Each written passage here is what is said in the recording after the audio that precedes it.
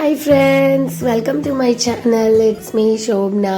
கொஞ்சம் பேசலாமா with me. So வாங்க ஃப்ரைடேயோட vlog பார்க்கலாம்.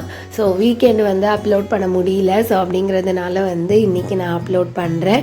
ஸோ மார்னிங் வந்து காஃபியோட டே ஸ்டார்ட் ஆயாச்சு. இது வந்து கொஞ்சம் லென்த்தி vlog தான். ஸோ ஸ்கிப் பண்ணாமல் பாருங்கள், நிறைய யூஸ்ஃபுல் டிப்ஸ் எல்லாம் இருக்குது. ஸோ வந்து அன்றைக்கி லன்ச் வந்து பார்த்திங்க அப்படின்னா அவரைக்காய் சாம்பார். ஸோ அதுக்கு தான் பருப்பு வேக போட்டிருக்கேன். ஸோ பச்சை மிளகாய் வச்சும் சாம்பார் பண்ணலாம் எப்படிங்கிறத நான் காமிக்கிறேன். ஸோ வந்து தேவையான அளவு தக்காளி, அதுக்கப்புறம் பச்சை மிளகாய், நான் ஒரு பச்சை மிளகாய் பெரிய மிளகாவை எடுத்திருக்கேன். ஸோ ஒரு பேனில் நல்லெண்ணெய் ஊற்றிட்டு கடுகு வெந்தயம் ஆட் பண்ணிக்கோங்க. கடுகு உளுந்து வெந்தயம், ஜீரகம் வந்து ஆப்ஷனல், நான் ஆட் பண்ணலை. ஸோ அதுக்கப்புறமா வந்து பச்சை மிளகாய், ஒரு பெரிய பச்சை மிளகாயை கீறி போட்டுட்டு வெங்காயம் போட்டிருக்கேன், பெரிய வெங்காயம். அது கொஞ்சம் சாட் ஆனோன்னே நீங்கள் வந்து கழுவி வச்சுருக்க கட் பண்ணி வச்சுருக்க அவரைக்காயை சேர்த்துருங்க.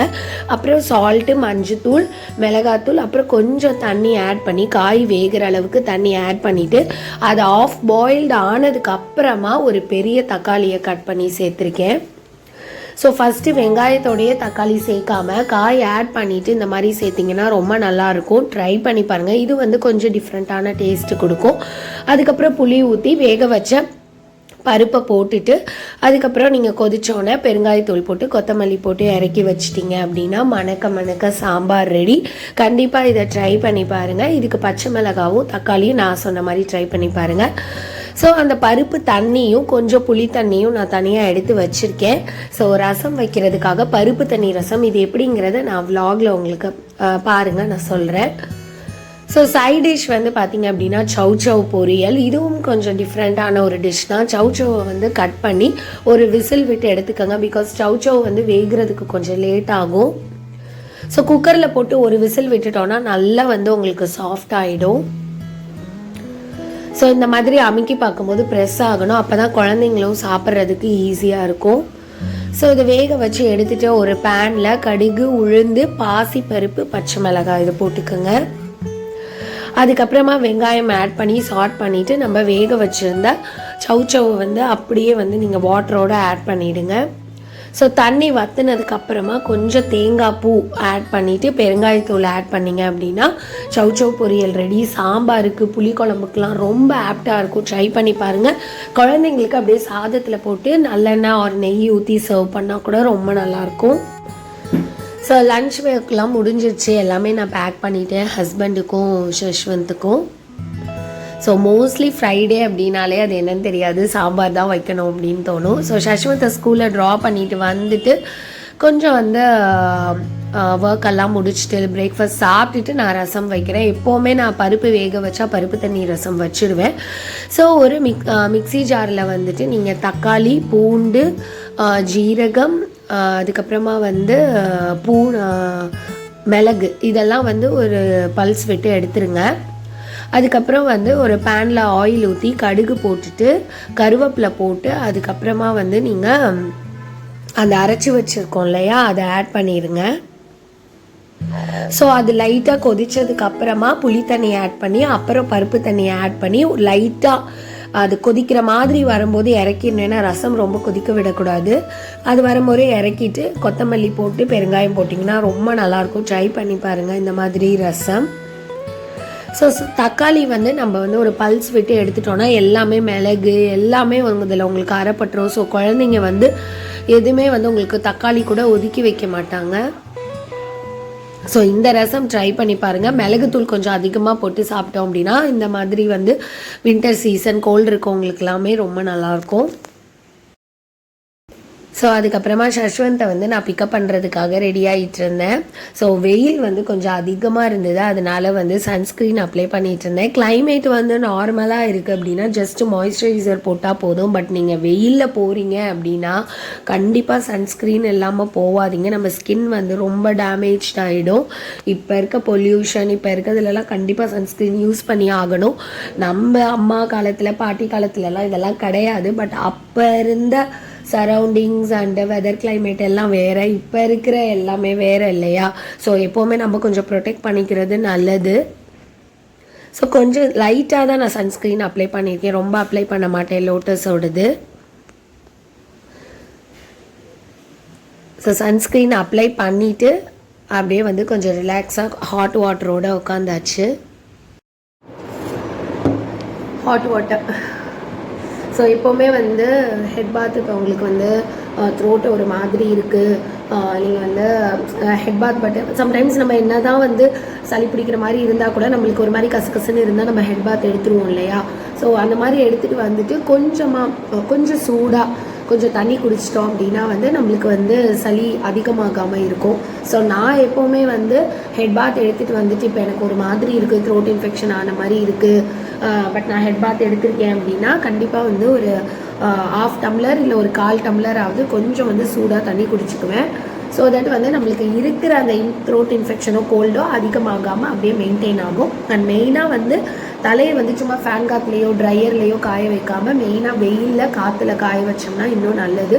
மெயினாக வெயிலில் காய வச்சாலே ரொம்பவே நல்லது, மோஸ்ட்லி வந்து இந்த ட்ரையர் இதெல்லாம் வந்து யூஸ் பண்ணுறதை விட.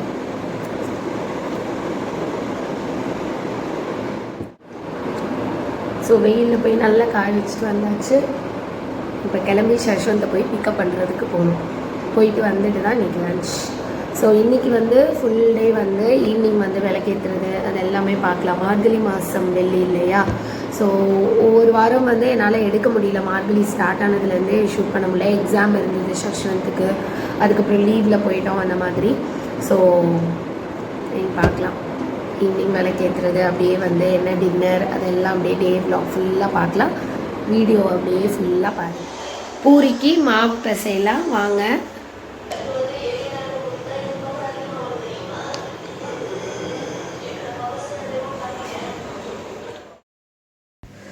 ஸோ பூரிக்கு வந்து நான் பூரி மசால் செய்கிறதுக்கு பட்டாணி வேக வச்சுருக்கேன். அதில் தண்ணி எக்ஸஸாக இருந்ததுனால அந்த தண்ணியை நான் பூரி செய்கிறதுக்கு ஆட் பண்ணிக்கிட்டேன். எப்போவுமே இந்த மாதிரி வந்து நம்ம ஏதாவது வேக வச்சு தண்ணி இந்த மாதிரி வாட்டர்லாம் இருந்தால் அதை தூர போட்டுறாமல் நீங்கள் சப்பாத்தியோ இல்லை பூரிக்கு மாவு பிசைகிறீங்க அப்படின்னா அதை ஆட் பண்ணிக்கோங்க. அந்த உண்மையிலே சொல்கிறேன் ரொம்ப வந்து சாஃப்டாக இருக்கும். ஸோ ட்ரை பண்ணி பாருங்கள். அந்த ஹாட் வாட்டரை ஊற்றி வந்து இந்த வேக வச்ச தண்ணியெல்லாம் நீங்கள் ஊற்றி அதை மாவு பிசையும் போது வந்து ரொம்ப வந்து பூரியோ சப்பாத்தியோ உங்களுக்கு மாவு ரொம்ப சாஃப்டாக இருக்கும். அந்த தேய்க்கிறதுக்கு உங்களுக்கு ரொம்ப ஈஸியாக இருக்கும். ஸோ எப்போவுமே அந்த மாதிரி வாட்டரை தூர போட்டுறாமல் அதை இந்த மாதிரி வந்து யூஸ் பண்ணுங்கள். பிகாஸ் அந்த நம்ம வேக வச்சுருக்க தண்ணியில் அவ்வளோ சத்து இறங்கி இருக்கும்.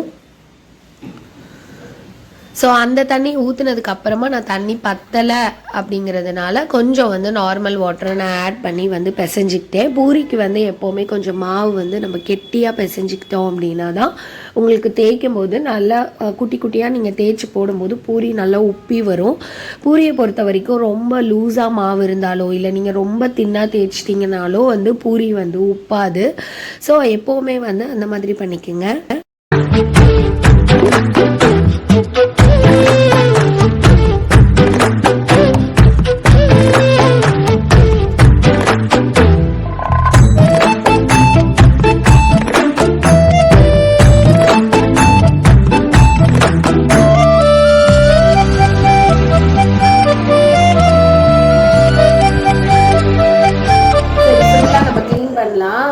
நான் வந்து நியூ இயர்க்கு முன்னாடி ஒற்றடை அடித்து எல்லாமே க்ளீன் பண்ணி மேலே இருந்தது ஹஸ்பண்டோட ஹெல்ப்போட க்ளீன் பண்ணியாச்சு. இப்போ வந்து ஒவ்வொரு ஷெல்ஃபாக நம்ம வந்து க்ளீன் பண்ணலாம். நான் வந்து மொத்தமாக ரொம்ப க்ளீன் பண்ண மாட்டேன், இதெல்லாம் மந்த்லி வைஸ் க்ளீன் பண்ணுறது தான். பட் வந்துட்டு என்னதான் இருந்தாலும் அந்த பொங்கலுக்கு முன்னாடி ஒரு வாட்டி க்ளீன் பண்ணிடணும் அப்படின்னு. ஸோ சின்ன சின்ன டிப்ஸு சொல்கிறேன் நான் எப்படி என்ன மாதிரி பேப்பர் போடுவேன் அப்படிங்கிறது. நார்மல் நியூஸ் பேப்பர் போடாமல் நம்ம வந்து கேலண்டர் இருக்கு இல்லையா, கொஞ்சம் ஒரு மாதிரி அந்த பாலிஷ்டாக இருக்கும், அந்த கேலண்டர் பேப்பரை நம்ம யூஸ் பண்ணணும் அப்படின்னா உங்களுக்கு வந்து உங்களுக்கு ஒரு பேப்பர் வந்து அழுக்கானா கூட நீங்கள் ஒரு வெட்டு துணியை வச்சு நீங்கள் வைப் பண்ணும்போது அந்த அழுக்கெல்லாம் போயிடும். பட் இதுவே நீங்கள் நியூஸ் பேப்பர் போட்டிங்க அப்படின்னா நீங்கள் அது அழுக்கானது தான், ஒன்று அதை தூக்கி போட்டுறணும் இல்லை அது திருப்பி வேணால் போடலாம், அவ்வளோதான் யூஸ் பண்ண முடியும். பட் இந்த கேலண்டர் பேப்பர் அவ்வளோ யூஸ்ஃபுல்லாக இருக்கும் எனக்கு. நம்மளோட அந்த பழைய கேலண்டர்லாம் இருக்கு இல்லையா, ஸோ அது எல்லாத்தையும் நான் அப்படி தான் யூஸ் பண்ணுவேன். ஸோ இப்போ ஃபஸ்ட்டு சாமி ஷெல்ஃபை மட்டும் சும்மா லைட்டாக தான் க்ளீன் பண்ண போகிறேன், பிகாஸ் ஆல்ரெடி க்ளீனாக தான் இருக்குது. பேப்பர் மட்டும் நான் திருப்பி போட போகிறேன், அவ்வளோதான். கேலண்டர் பேப்பர் தான் நான் சொன்னேன். ஸோ இந்த மாதிரி வந்து நம்ம போடும்போது ஈஸியாக வைப் பண்ணி எடுத்து அவ்வளோ டஸ்ட் இருந்தது. 3 weeks once 4 weeks once clean பண்ணாலுமே அது எப்படியாவது டஸ்ட்டு வந்துடும் இல்லையா. ஸோ அப்படியே வந்து ஒரு பெட் இந்த மாதிரி ஒரு கிளாத், இந்த மாதிரி ஒரு கிளாத் வச்சு ஈரமாக கொஞ்சம் துணியாக்கி அப்படியே வெட் கிளாத்தில் தான் தொடச்சி எடுத்தேன். அப்படியே உங்களுக்கு போயிடும். ஸோ அந்த மஸ்கிட்டோலாம் வந்து உட்காரும் இல்லையா பேப்பரில், அப்போ அது ஒரு மாதிரி கறக்கிற மாதிரி ஆகும். ஸோ அதனால இந்த மாதிரி வைப் பண்ணிட்டோம்னா இதாகிடும். கொஞ்ச நேரம் வைப் பண்ணிவிட்டு கொஞ்ச நேரம் இப்படி வந்து ஃபேன் காற்றுல கொஞ்ச நேரம் வச்சுருந்தீங்க அப்படின்னா நல்லா வந்து ட்ரை ஆகிடும், நம்ம திருப்பி போட்டுடலாம். ஸோ இன்கேஸ் ரொம்ப வந்து பேப்பர் மோசமாகிடுச்சு, ரொம்ப பழசாயிடுச்சு, டல் ஆயிடுச்சுன்னா நான் வேறு பேப்பர் மாற்றினேன். பட் ரீசெண்டாக ஆஃப்டர் தீபாவளி தான் வந்து எல்லாமே கொஞ்சம் சேஞ்ச் பண்ணேன். ஸோ நான் சொன்ன இந்த டிப்ஸ் எல்லாம் வந்து ஃபாலோ பண்ணி பாருங்கள், ரொம்பவே வந்து யூஸ்ஃபுல்லாக இருக்கும். இந்த பேப்பர் கிளீனிங் இது அது எப்படி வந்து நம்ம எந்த மாதிரி பேப்பர் ஷெல்ஃப்க்கு யூஸ் பண்ணுறது அப்படின்னு. ஸோ அந்த ஒர்க்கெல்லாம் முடிச்சுட்டு நான் வந்து விளக்கேற்ற ஆரம்பிச்சிட்டேன். பிகாஸ் வாசலில் கொஞ்சம் வைக்கலாம், மார்கழி வெள்ளி அப்படிங்கிறதுனால. ஸோ நெக்ஸ்ட் வீக் வந்து பொங்கல் வந்துடும் இல்லையா, ஸோ அதனால் வந்து இந்த வெள்ளிக்கு ஏற்றி வைப்போம் அப்படின்னு சொல்லிட்டு ஒரு 5 விளக்கு மட்டும் நான் எடுத்திருக்கேன். 2 வந்து பார்த்திங்கன்னா எங்கள் அம்மா கொடுத்த அந்த டிசைனாக இருக்க விளக்கு, 3 விளக்கு நார்மல் வந்து மண்சட்டி விளக்கு தான். ஸோ எடுத்துகிட்டு எண்ணெய் ஊற்றி அது எல்லாமே கார்னரில் வச்சுட்டு நடுவில் வந்து கொஞ்சம் ஒரு 3 விளக்கு வச்சிடலாம் அப்படின்னு. ஸோ எல்லாருக்குமே வந்து நம்ம வாசலில் விளக்கு வைக்கிறது, வீட்டை அலங்காரம் பண்ணுறது எல்லாத்துக்குமே பிடிக்கும் இல்லையா. ஸோ நான் சின்ன பிள்ளையாக இருக்கும் போதெல்லாமே வந்து இதில் ரொம்ப இன்ட்ரெஸ்ட் காமிச்சிருக்கேன். ஸோ அந்த ஒர்க்கெல்லாம் முடிச்சுட்டு நானும் சஷ்வந்தும் சாமி கும்பிட்டுட்டு ஒரு காஃபியோட டீ போடுற அளவுக்கு எனக்கு வந்து பொறுமை இல்லை. ஸோ அதனால் வந்து ஒரு காஃபியோடு வந்து உக்காந்தாச்சு, நல்ல ஸ்ட்ராங்கான ஒரு காஃபி குடிச்சிட்டு நான் வந்து டின்னர் ரெடி பண்ண ஸ்டார்ட் பண்ணிட்டேன். ஸோ பூரி மசால் வந்து ரெஸ்டாரண்ட் ஸ்டைலில் வந்து நம்ம எப்படி பண்ணுறது அப்படிங்கிறத நான் காமிக்கிறேன். எப்போவுமே நம்ம வீட்டில் பண்ணுறதுக்கும் நம்ம கடையில் போய் ரெஸ்டாரண்ட்டில் வாங்கி சாப்பிட்றதுக்கும் கொஞ்சம் டிஃப்ரெண்ட் இருக்கும். ஸோ இந்த மாதிரி ட்ரை பண்ணி பாருங்கள், நிஜமாகவே வந்து நீங்கள் ஹோட்டலில் சாப்பிட்ற ஃபீல் தான் உங்களுக்கு வரும். ஸோ ஒரு பேனில் ஆயில் ஊற்றிட்டு கடுகு, உளுந்து, கடலைப்பருப்பு போட்டுடுங்க. அதுக்கப்புறம் நான் வந்து பூண்டு, இஞ்சி, பச்சை மிளகாய் இதெல்லாம் ரொம்ப பொடியாக எந்த அளவுக்கு பொடியாக சாப் பண்ண முடியுமோ சாப் பண்ணிக்க. உங்ககிட்ட வந்து மேஷர் இருந்தாலும் இல்லை அந்த இடிப்பாங்கல்ல இடிக்கல்ல வச்சு அது இருந்தால் கூட நீங்கள் அது யூஸ் பண்ணிக்கலாம். ஸோ கடுகு, உளுந்து இதெல்லாம் கடலைப்பருப்பு இதெல்லாம் பொரிஞ்சோன்னே நீங்கள் இதை ஆட் பண்ணிவிடுங்க. ஸோ கொஞ்சம் வந்து தாராளமாகவே எண்ணெய் ஊற்றிக்குங்க, அதுக்காக ரொம்ப ஊற்ற வேணாம், பட் கொஞ்சம் ஓரளவு ஊற்றி பண்ணும்போது அந்த பச்சை மிளகாய் அந்த இதெல்லாம் வறுபடும் போது உங்களுக்கு அந்த பச்சை வாசனை எல்லாமே போகும். அதுக்கப்புறம் தின்னாக ஸ்லைஸ் கட் பண்ணி வச்சுருக்க ஆனியனை வந்து சேர்த்துருங்க. ஆனியன் வந்து ரொம்ப ஃப்ரை ஆகணும்னு கிடையாது, நார்மலாக ஆனியன் ஃப்ரை ஆனதுக்கப்புறம் தான் நம்ம மசாலுக்கு தேவையானதெல்லாம் ஆட் பண்ணுவோம். பட் இது வந்து கொஞ்சம் டிஃப்ரெண்ட்டு, கொஞ்சம் வாட்டர் வந்து ஆட் பண்ணிக்கோங்க நீங்கள். ஸோ அந்த வெங்காயத்துக்கு மேலே வர வரைக்கும் கொஞ்சம் மேலே இந்த அளவுக்கு நீங்கள் வந்து தண்ணி ஆட் பண்ணி லெட் வச்சு மூடி வச்சுட்டு ஒரு 5 minutes to 8 minutes அதை நல்லா கொதிக்க விட்டு தண்ணி கொஞ்சம் வத்துற அளவுக்கு விடுங்க. ஸோ நான் வந்து பட்டாணி வேக வச்சுருக்கேன். ஒரு 2 உருளைக்கிழங்கை வந்துட்டு நல்லா மேஷ் பண்ணி எடுத்து வச்சுருக்கேன். நான் பெரிய உருளைக்கிழங்கு வேக வச்சு நல்லா மேஷ் பண்ணி 2த்தையும் ஒன்றா வச்சுருக்கேன். ஸோ இப்போ தண்ணி வத்திருச்சு. இந்த டைமில் வந்து இந்த பொட்டேட்டோவை இதையும் நீங்கள் ஆட் பண்ணிடலாம். ஸோ ஆனியனை ரொம்ப ஃப்ரை பண்ண விடாமல் இந்த தண்ணியில் கொதிக்கும் போது அதோட உங்களுக்கு டேஸ்ட் அண்ட் ஃப்ளேவர் வந்து ரொம்ப நல்லாயிருக்கும். ஸோ உருளைக்கிழங்கையும் அந்த இதையும் போட்டுட்டு நல்லா வந்து ஒரு பெரட்டி விட்டுருங்க. ஸோ அதுக்கப்புறமா வந்து நான் கடலை மாவை எடுத்து இந்த ஸ்பூன் இருக்கு இல்லையா, அந்த ஸ்பூனில் நான் 2 ஸ்பூன் அளவு எடுத்து அதை வந்து தண்ணியில் நல்லா வாட்டரியாக கலந்து வச்சுருக்கேன்.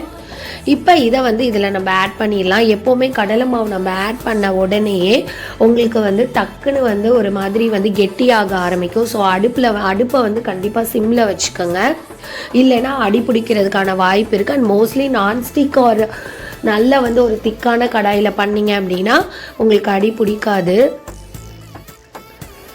ஸோ வந்து நான் நல்லா சிம்மில் வச்சுட்டேன். பிகாஸ் அந்த கடலை மாவோட பச்சை வாசனை போகணும் அப்படின்னா அது நல்லா கொதித்து கொஞ்சம் கெட்டியாகணும். ஸோ கொஞ்சம் நல்லாவே தண்ணி கலந்து வச்சுட்டு அடுப்பை சிம்மில் வச்சுட்டு நான் பூரிக்கு வந்து மாவு வந்து உருண்டை வந்து உருட்ட ஆரம்பிச்சிட்டேன்.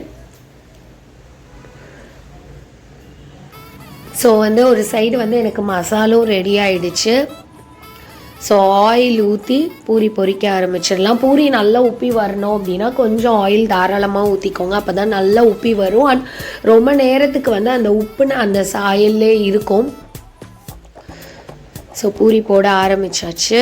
ஸோ எப்போவுமே மாவு வந்து கொஞ்சம் வந்து நல்லா கெட்டியாக இருக்க மாதிரி பார்த்துக்கோங்க பூரிக்கு. அண்ட் தேய்க்கும் போது கூட ரொம்ப அந்த கார்னர்லலாம் வந்து தின் ஸ்லைஸில் தேய்ச்சிடாதீங்க, ஸோ தட் உப்பாது.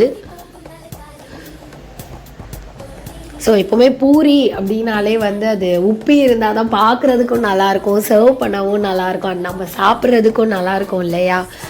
ஸோ நல்ல உப்புன பூரியை நான் எடுத்துகிட்டேன். இந்த மாதிரி ஒரு ஃபில்டரில் வச்சு எடுத்தோன்னா எண்ணெய் வந்து உங்களுக்கு சீக்கிரமாக அடியில் ஃபில்டர் ஆகிடும். ஸோ நல்ல சுட சுட பூரியை வச்சு சஷ்வந்துக்கு சர்வ் பண்ணுறதுக்காக மசாலோட வச்சாச்சு. ஸோ இந்த மாதிரி மசாலா ட்ரை பண்ணி பாருங்கள். லாஸ்ட்டாக வந்து கொத்தமல்லி கொஞ்சம் நல்லாவே ஆட் பண்ணுங்கள். ஸோ அது வந்து இன்னும் வந்து உங்களுக்கு எக்ஸ்ட்ரா ஃப்ளேவர் கொடுக்கும். நல்லாவே தாராளமாகவே கொத்தமல்லி போட்டுக்கோங்க. எப்படி இருக்குது சஷ்வந்த்?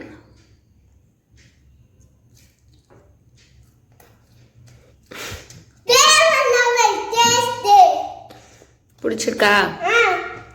எனக்கு பூரினாலே ரொம்ப பிடிக்கும். மசாலா எப்படி இருக்கு? வேற லெவல், பூரி வேற level. Okay, enjoy your dinner. ஓகேம்மா. ஸோ அவ்வளோதான். இந்த மாதிரி பூரி மசாலா ட்ரை பண்ணி பாருங்கள். ஆக்சுவலி எனக்கு சின்ன வயசுலேருந்தே பூரி மசாலா அவ்வளோக்கா பிடிக்காது. பட் எப்போ நான் இந்த மாதிரி பண்ண ஆரம்பிச்சேனோ வந்து எனக்கே ரொம்ப பிடிச்சிருச்சு. ஸோ இந்த மாதிரி ஒரு ட்ரை பண்ணி பாருங்கள்.